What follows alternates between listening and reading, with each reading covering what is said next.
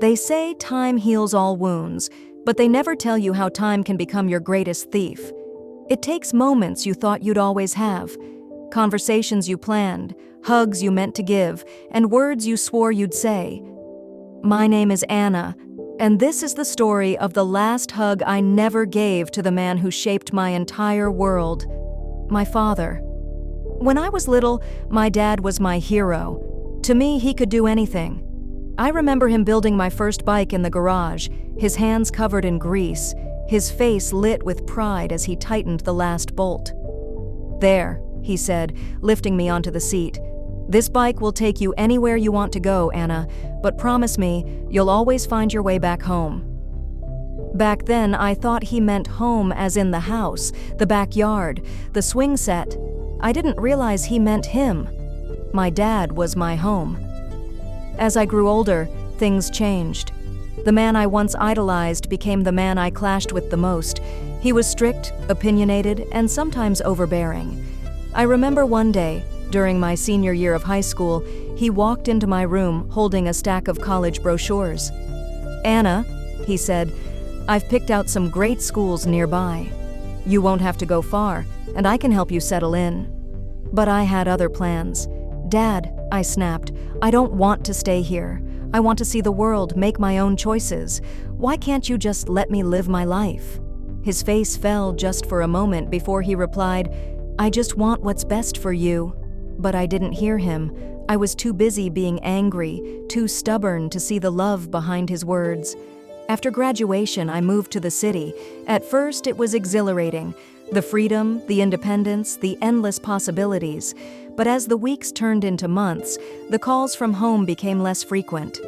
Dad would leave voice messages. "Hey Anna, just checking in. Your mom says hi. Call us when you can." I always meant to call him back. I'd even pick up the phone sometimes, but then something would come up. A meeting, a deadline, or just the belief that there would always be more time. One day, while I was at work, my phone buzzed. It was Mom. I almost didn't answer. I was in the middle of a project, but something told me to pick up. "Anna," her voice trembled. "It's your dad. He had a heart attack. He's in the hospital. You need to come now." Everything else faded into the background. I don't even remember how I got home to pack or how I made it to the train station. All I could think was, "Please, just hold on, Dad. I'm coming." The train ride felt like a lifetime. As the landscape blurred past the window, my mind replayed every moment I had taken for granted. The bike rides, the bedtime stories, the arguments. I kept whispering to myself, "Just let me get there in time, please." But deep down, a part of me was terrified I was already too late. When I arrived at the hospital, the nurse at the front desk wouldn't look me in the eye. She led me down a quiet hallway to a room where my mom and brother were waiting. The moment I saw their faces, I knew. My dad was gone. I collapsed into my mom's arms, sobbing uncontrollably. My brother handed me an envelope. "The nurse found this in his jacket pocket," he said. "It's for you." It was a letter, written in my dad's handwriting. I couldn't open it at first. I just sat there, clutching it, wishing I could trade that piece of paper for one more hug. Eventually, I found the courage to open the letter. His words were simple but profound. "My dearest Anna, if you're reading this, I'm no longer by your side, but I want you to know how proud I've always been of you. I'm sorry if I ever made you feel like you weren't enough. You were and always will be my greatest joy. Love, Dad."